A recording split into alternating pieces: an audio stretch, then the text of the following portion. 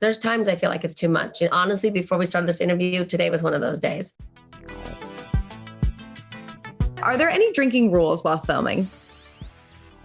No, just we have to have certain kinds of alcohol, but no rules. What's on your list? What's like your must-haves?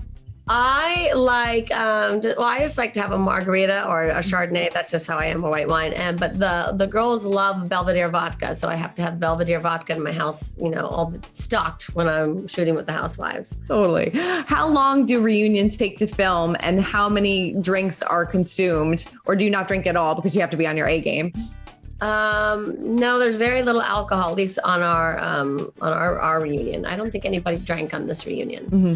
I think towards the end when it got like nighttime, but it's about, I got picked up at 6 o'clock in the morning and I think I left around 8:45 that night. Oh my God, that's a long day. I think towards the end, they're like, does anybody want a little sip of something? But it's like, it's too hard to reach back. And so you're like, forget it, it's not worth it.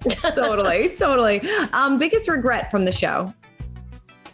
My biggest regret was trying to encourage Sutton too much to have that conversation with Erika. Mm-hmm. I meant well, but I don't think it translated well. Mm-hmm. And, I felt bad because, obviously the way that Erika spoke to Sutton and my sister Kathy's wasn't right. Mm-hmm. But it's like, there's so much going on and you're friends with both of them. And I was just like, it's hard. Like everyone was quiet, right. Garcelle, I heard her say, she felt bad. She didn't say anything. I also felt bad, that I didn't say anything, but it's like, I also see how hurt Erika is. Mm-hmm. So you're in such a bad position. So sometimes you're like, okay, they're working it out themselves, but Have you ever wanted to pull a bravo moment? No, I have, but I don't. I have for sure, but I don't. A perfect time would have been when PK was making me laugh. I should have done the bravo situation, but instead I just, laughed and covered my face, thinking, here we go. This is not going to end well. No. And then finally, your proudest moment on the show of all time.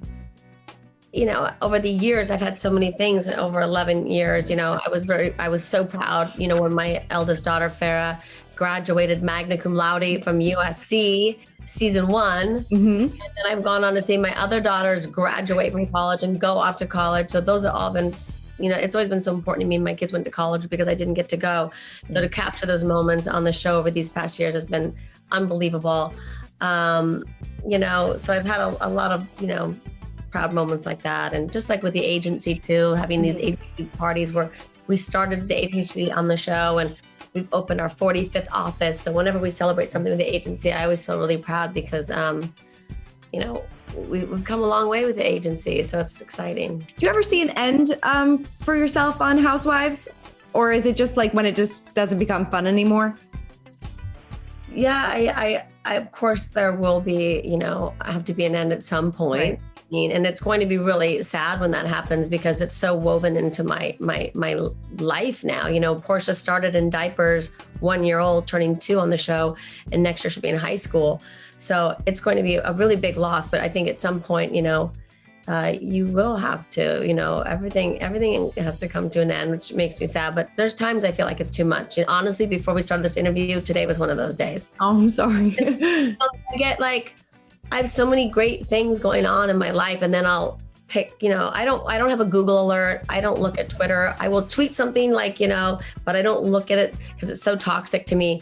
But I'll be having the best day. I'm celebrating right now this movie coming out, Halloween, and I'm having the best day. I'm with Jamie Lee Curtis all day. Yes, and then you see something like this ex-housewife says this, and this one says that, and it's so toxic and it's so negative sometimes that sometimes I'm just like, that part of that aspect of it is just, it's just not who I am, and it really jars me sometimes.